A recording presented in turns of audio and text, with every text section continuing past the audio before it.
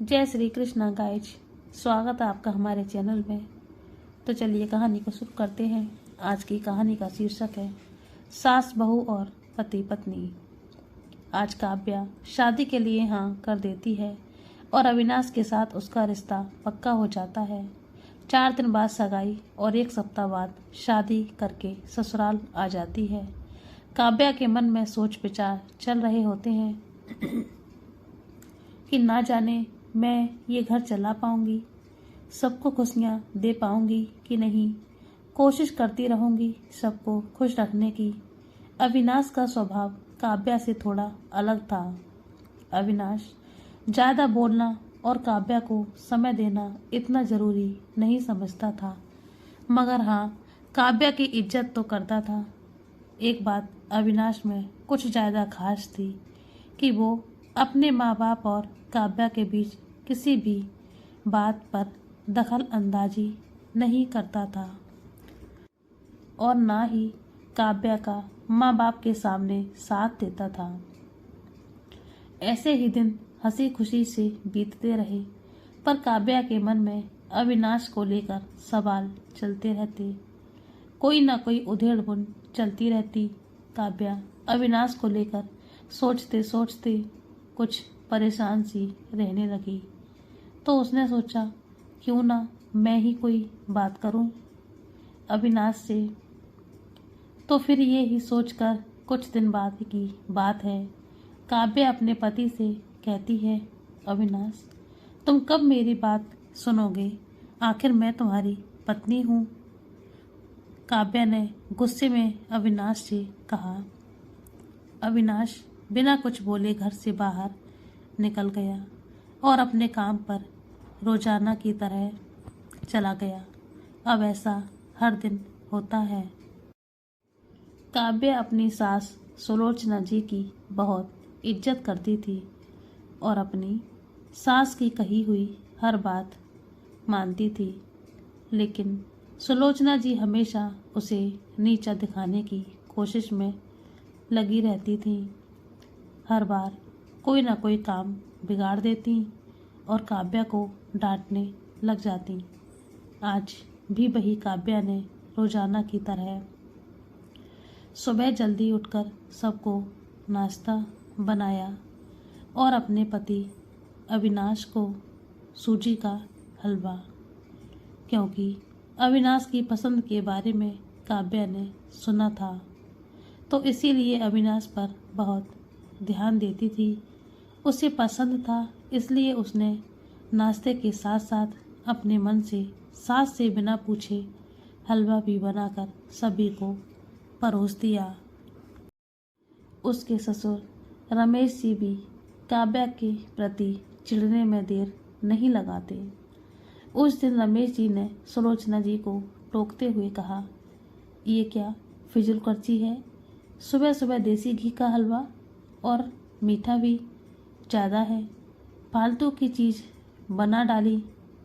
क्या ज़रूरत थी हलवा बनाने की? तो फिर सुलोचना जी ने काव्या के पास जाकर रसोई में उसको डांटते हुए पूछा, क्यों बहू, ये देसी घी क्या तेरे मायके से आया है? तो काव्या डरी हुई सहमी सी बोली, माँ जी, वो इन्हें हलवा बहुत पसंद है ना, इसीलिए थोड़ा सा बनाया है। यह कहकर काव्या अविनाश की तरफ देख रही थी कि शायद वो कुछ बोले। तभी सुलोचना जी ने कहा, मैं सब जानती हूँ, मेरे बेटे का बहाना करके खुद खाने का मन होगा इसलिए बनाया होगा ना। काव्या की सास आए दिन उसके मायके वालों को भी उल्टा सीधा सुनाती रहती। अविनाश चुपचाप नाश्ता करता रहा और हलवा को हाथ भी नहीं लगाया। ये देख काव्या की आंखों से आंसू छलक गए और रोने लगी। इससे ज़्यादा बुरा तो तब लगा जब अविनाश बिना हलवा खाए ही ऑफिस के लिए चल दिया। अविनाश को घर में शांति चाहिए थी और वो हर रोज़ काव्या को लेकर घर में कोई ना कोई चिक चिक होती रहती।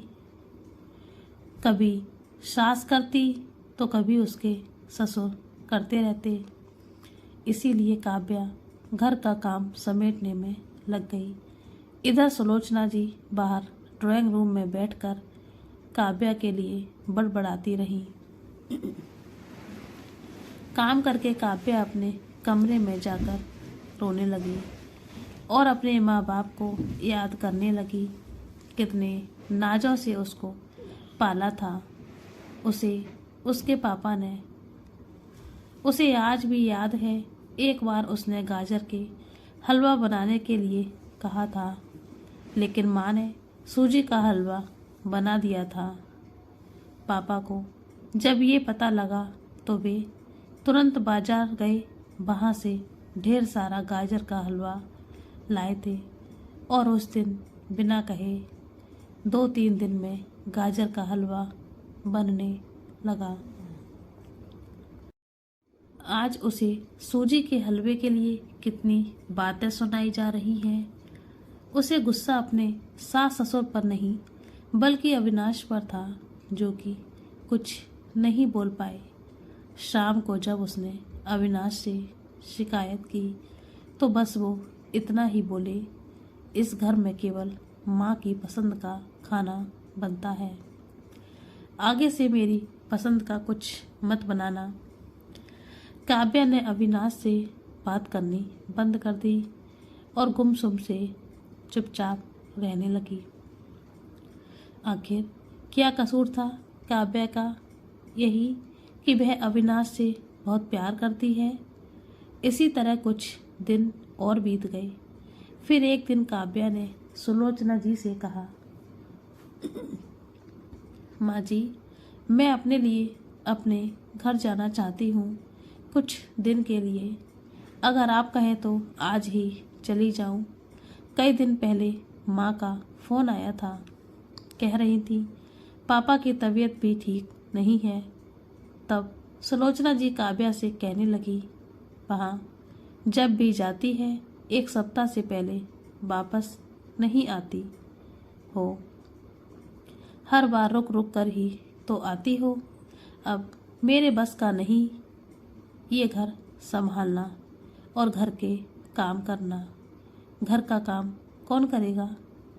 तेरे ससुर और मेरा बेटा शाम को थक हार कर घर आएंगे, यहाँ उन्हें खाना भी नसीब नहीं होगा।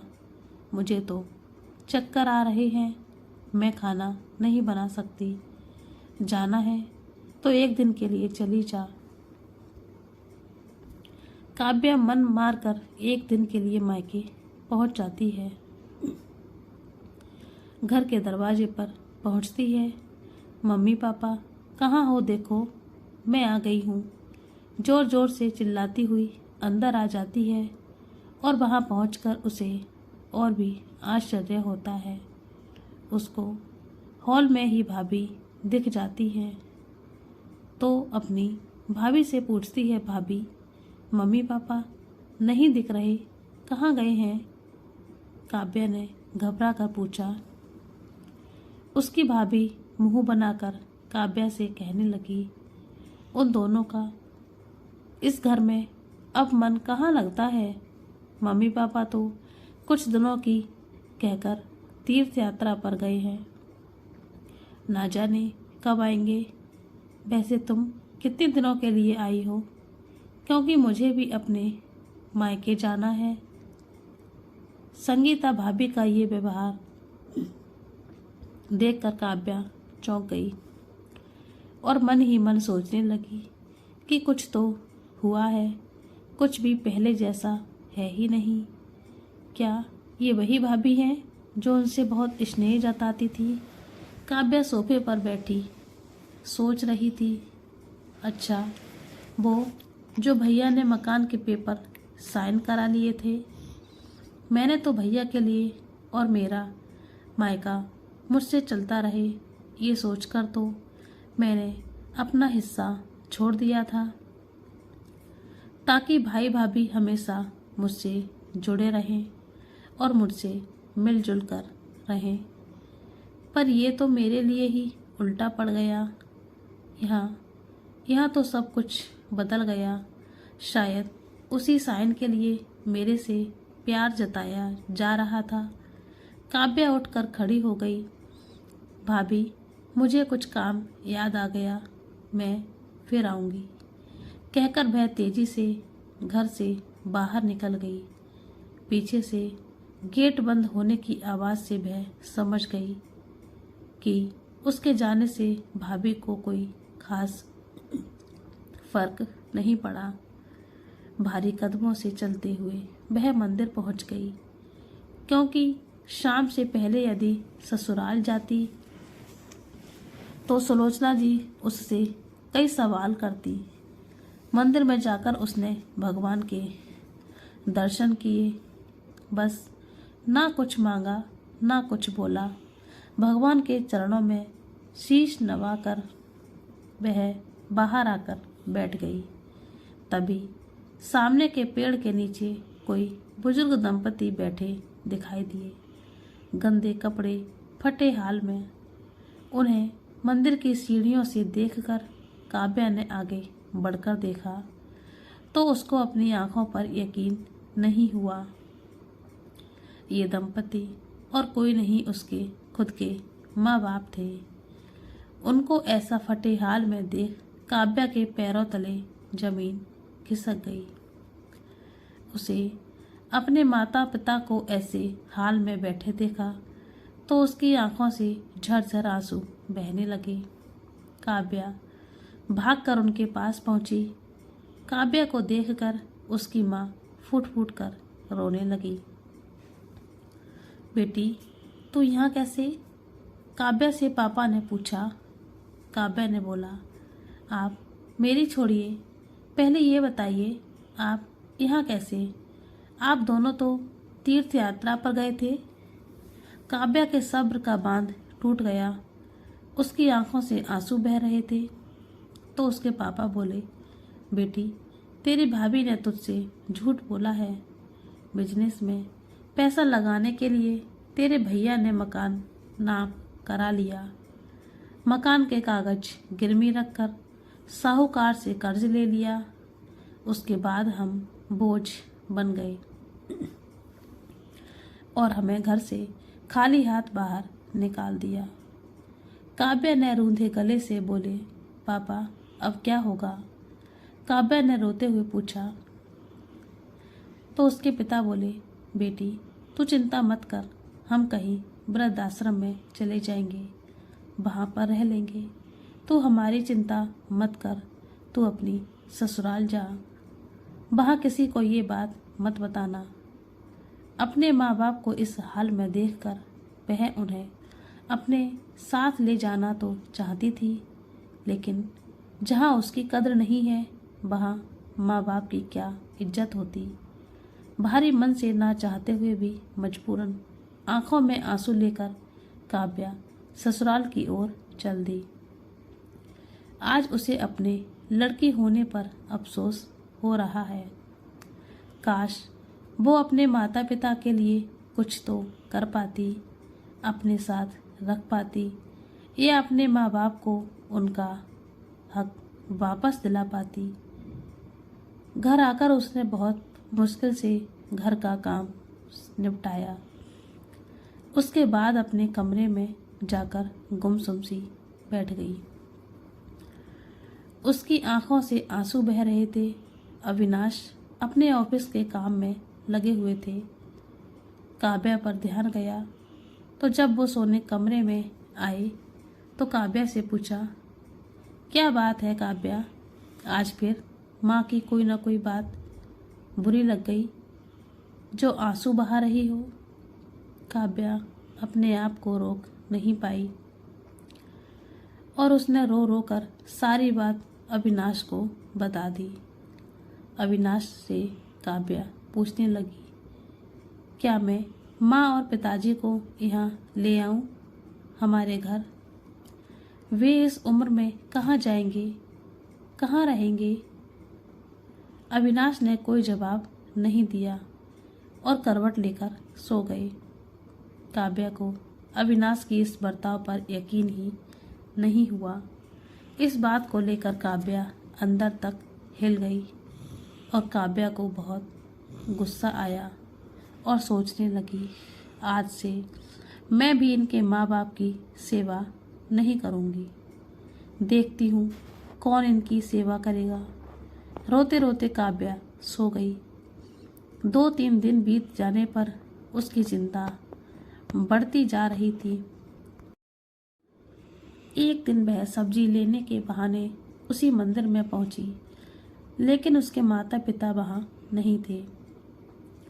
तो काव्या ने मंदिर में रहने वाले पंडित जी से पूछा, यहाँ मेरे माता पिता उस पेड़ के नीचे बैठे थे, कई दिन से उनका कुछ पता है? तुम्हारा नाम काव्या है क्या? पंडित जी के मुंह से अपना नाम सुनकर काव्या ने पूछा, जी हाँ, लेकिन आपको कैसे पता? तुम्हारे माता पिता ने ये पता दिया था और कहा था कि उसके माँ बाप अब यहाँ रहते हैं। काव्या ने पता देखा, वह यहाँ से कुछ दूर का था। काव्या ने मंदिर के बाहर निकलकर ऑटो रिक्शा किया और उस पते पर पहुँच गई। उसने दरवाज़ा खटखटाया तो एक लड़की घर से बाहर निकल कर आई। काव्या ने उस लड़की को बताया कि यहाँ का पता मुझे पंडित जी ने दिया है। काव्या बोली। तो उस लड़की ने हल्का सा मुस्कुराते हुए काव्या को पहचानते हुए कहा, आप काव्या दीदी हो ना? अंदर आ जाओ। काव्या को कुछ समझ नहीं आया तो वह अंदर आ गई तो देखा उसके माता पिता हॉल में सोफे पर बैठे थे। काव्या उन्हें देखकर रोने लगी और भागकर गले से लग गई। काव्या की माँ उसके आंसू पोंछते हुए बोली, बेटी अब क्यों रो रही है? तेरे कारण हमें ये मकान मिल गया।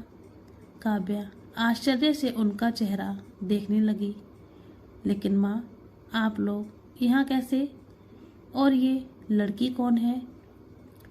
तब उसकी माँ ने कहा, बेटा तुझे याद है, तेरी शादी होने के बाद तेरी सास ने 40 लाख की डिमांड की थी।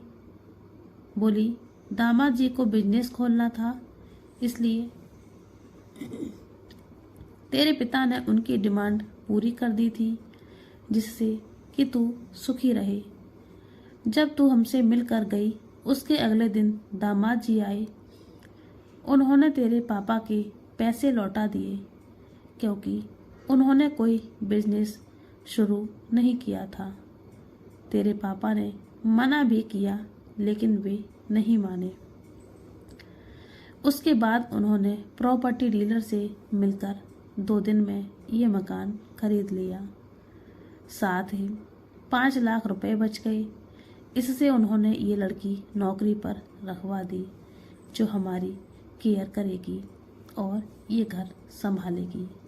लेकिन माँ, उन्होंने मुझे तो कुछ नहीं बताया। काव्या की आंखों से आंसू बह रहे थे। वह रोते हुए वहाँ से अपने घर आ गई।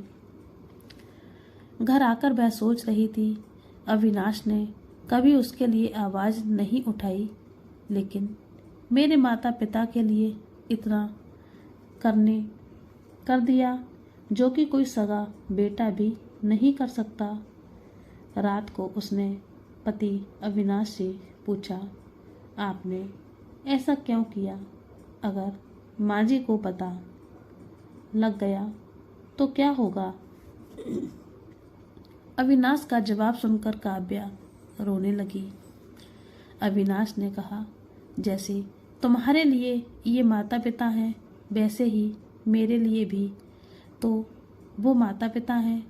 मैंने पैसे लेते समय ही सोच लिया था कि एक दिन ब्याज के साथ सारे पैसे लौटा दूंगा, लेकिन जब बिजनेस शुरू नहीं हो पाया तो मैं इन पैसों को अपने पास रखकर सही समय आने का इंतज़ार कर रहा था, और मुझे इससे ज़्यादा अच्छा समय नहीं मिलता।